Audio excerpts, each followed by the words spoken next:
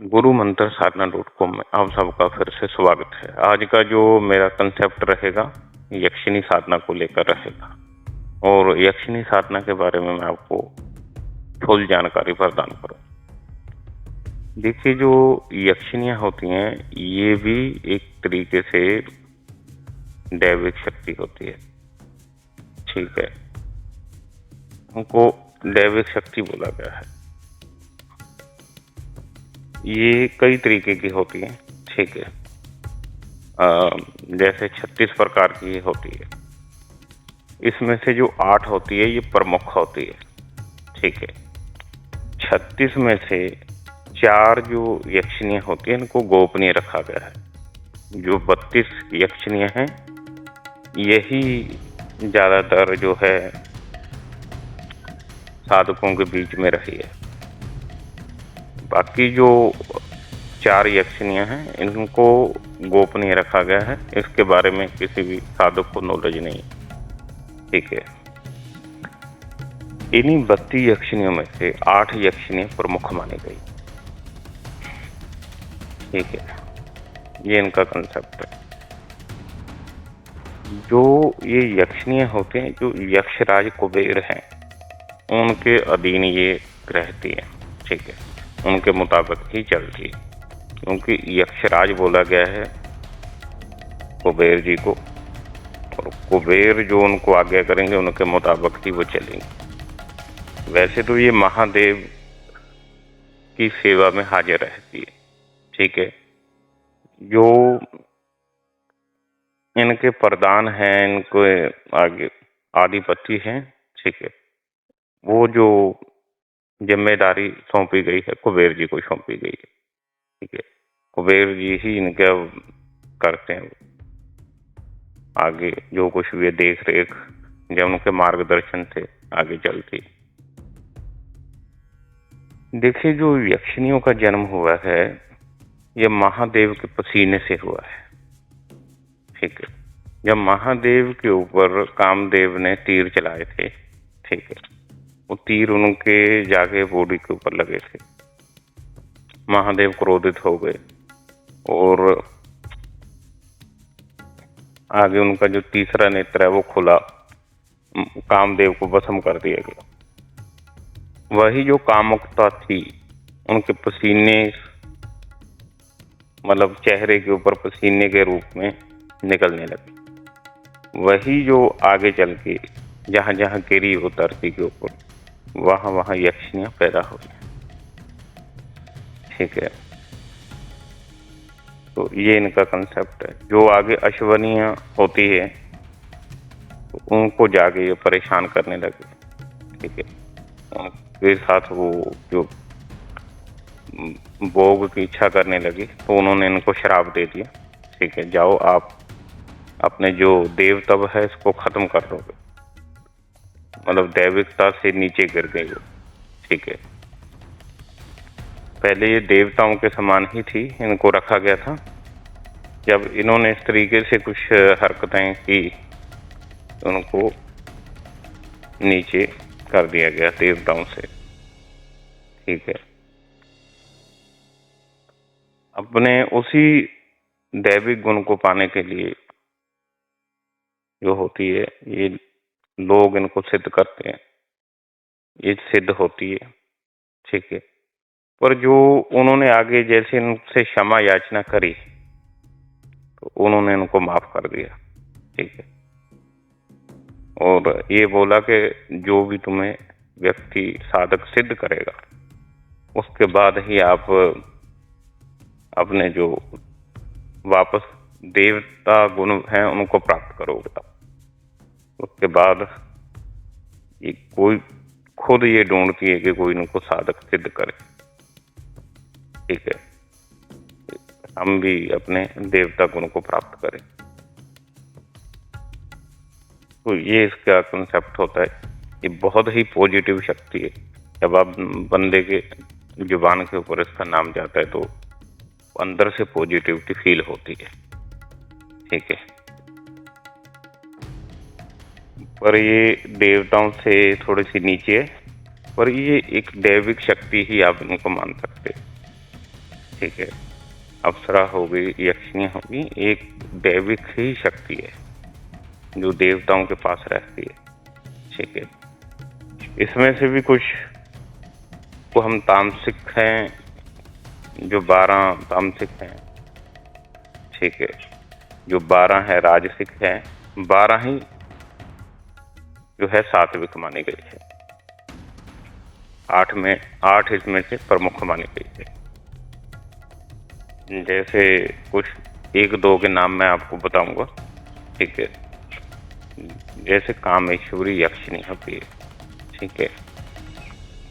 कोई भी व्यक्ति अगर अपना ऐसा रूप चाहता है कि उसकी ओर सब लोग आकर्षित हों,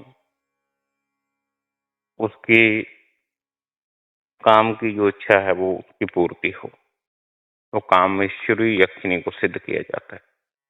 कामेश्वरी यक्षिणी को सिद्ध करने के बाद दुनिया की कोई भी स्त्री उस व्यक्ति से आकर्षित होने से नहीं बच सकती है। दुनिया की तमाम औरतों के साथ वो भोग विलास करता है, तो कामेश्वरी यक्षिणी को सिद्ध कर लेता है। ठीक है। कामना पूरी करने वाली यक्षिणी होती है। खुद वो साधक के साथ भोग विलास करती है, अलग अलग रूपों में भोग विलास करती है। धरती की जो भी खूबसूरत लड़कियां होगी उनके थ्रू वो भोग विलास करवाती है। ये कामेश्वरी यक्षिणी है। एक है सुर सुंदरी। सुर सुंदरी के नाम से ही आपको थोड़ा लग रहा होगा। जैसे जो सुर सुंदरी है, ये सुर का मतलब होता है देवता। सुंदर, देवताओं के समान सुंदरता देने वाली जो यक्षिणी है वो है सुर सुंदर। ठीक है। ये भी बहुत ही शक्तिशाली यक्षिणी होती है। आपका अंदर सुंदरता इतनी ज्यादा भर देगी कि कोई भी व्यक्ति आपकी ओर आकर्षित हो जाएगा। ठीक है। चाहे देवता हो, चाहे अप्सरा हो, कोई भी इस लेवल तक आपको सुंदरता प्रदान करेगी। ठीक है। इस लेवल की ये शक्तियां होती है। जो यक्षिणियों की पूजा करता है उसको कभी भी धन की कमी नहीं रहती, धन उसको भरपूर मिलता है। ठीक है। क्योंकि यक्षराज कुबेर के ये अधीन है और कुबेर को तो धन का स्वामी बोला गया। ठीक है। तो इसीलिए कुछ ऐसी यक्षिणियां हैं जो आपको बहुत सारी चीजें देती है, आप समझ सकते होंगे। मतलब ऐसे सुरमा दे देगी आपको, आप पहनोगे, लगाओगे आंखों में तो कोई आपको देख नहीं पाएगा। अदृश्य होने की शक्ति और ऐसी ऐसी शक्तियां पैसे के मामले में है तो अब पद्मिनी यक्षिणी को सिद्ध कर लो, पैसा आपको उतना आएगा बहुत ज्यादा। लक्ष्मी यक्षिणी होती है, उसको कर लो आप, पैसा आपके घर में भर जाएगा, इतना पैसा देती है। ठीक है। ये अलग अलग रूप में किया जा सकता है इसको। ये ज्यादातर सात्विक रूप में ही चलती है। ठीक है। तामसिक भी होती हैं, इसमें से 12 यक्षिणियां मैंने आपको बताया। ठीक है। तो तामसिक रूप में भी ये चलती है, राजसिक रूप में भी और सात्विक रूप में। तो ये होता है इनका सिस्टम। जो तामसिक यक्षिणियों को सिद्ध करता है व्यक्ति, तो उसके काम गोली की तरह होते हैं। एक ऐसा साधक मैं जानता था, वो उसने एक ऐसी यक्षिणी को सिद्ध कर रखा था जो तामसिक रूप में उनके साथ रहती थी वो।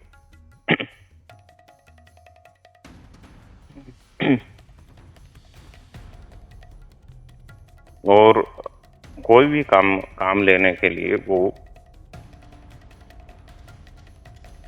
बहुत बड़ा एक बलिदान करता था। अगर मैं इस वीडियो के अंदर बताऊंगा तो वो चीजें सही नहीं है।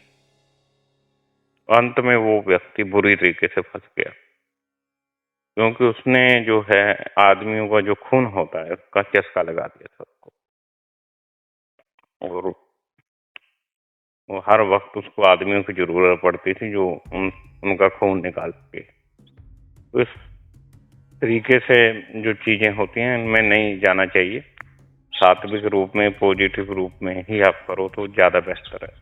अगर आप चाहते हो कि आपकी जिंदगी बदले, आपकी जिंदगी के अंदर ऐश्वर्य आए, सुख शांति आए, आप ये यक्षिणियों की साधना आप जरूर कर सकते हैं।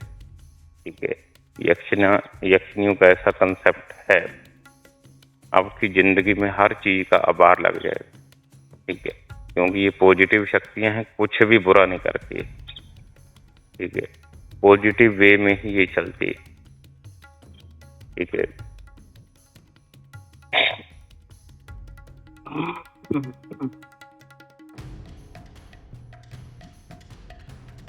तो एक मैं ऐसा वीडियो थोड़े दिन बाद फिर लेके आऊंगा, वो रहेगा यक्षिणियों के बारे में, कौन सी यक्षिणी आपको क्या देती है, कौन सी यक्षिणी आपको करनी चाहिए। ठीक है, उस टॉपिक के ऊपर मैं बात करूंगा। ठीक है, उस टॉपिक में मैं डिटेल के साथ बताऊंगा कि ये यक्षिणी कर लोगे तो ये मिलेगा, ये यक्षिणी कर लोगे तो ये मिलेगा। सबसे इसका फायदा ये होता है, अब माँ, बहन, पत्नी रूप में भी कर सकते, प्रेमिका रूप में भी कर सकते हैं।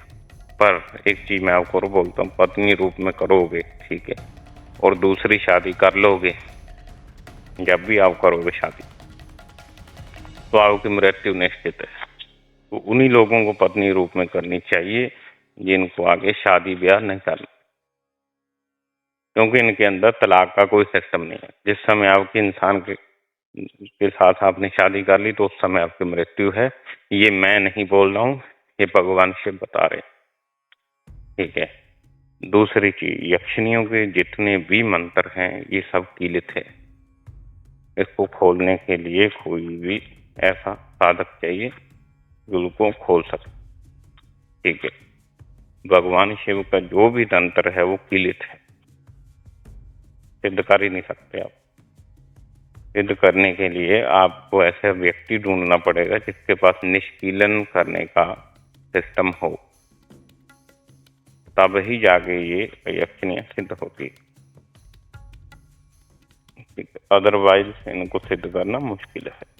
करोगे क्योंकि तंत्रों में अंदर इसका मंत्र दे रखे हैं, तो अगर इस तरीके से होने लगा तो सब लोग कर लेते।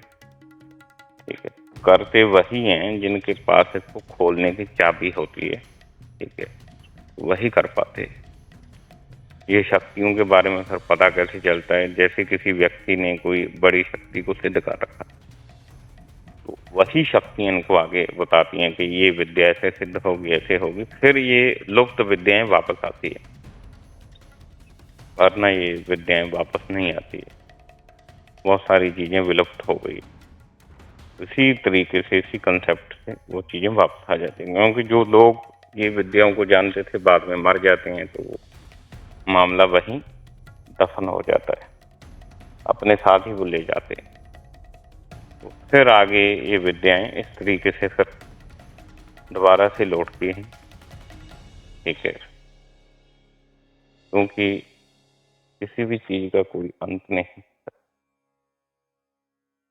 ठीक है, आज कोई विद्या मान लो कोई व्यक्ति कर रहा है, ठीक है, वो इसलिए कर पा रहा है क्योंकि उसके पास निष्कीलन करने का सिस्टम होता है। ठीक, वो कभी नहीं कर पाता है जिसके पास वो सिस्टम ना हो। ठीक है, तो भाई आज के लिए इतना ही। एक वीडियो और बनेगा जिसके अंदर एक एक यक्षिणी का डिटेल सहित बात करूंगा, कौन सी यक्षिणी क्या करती है, कैसे करती है। ठीक, उन कंसेप्ट के बारे में बात करूंगा। मैं आज आपके लिए इतना ही, बस मेरे को जाने की आज्ञा दीजिए। ठीक है, जय श्री महाकाल।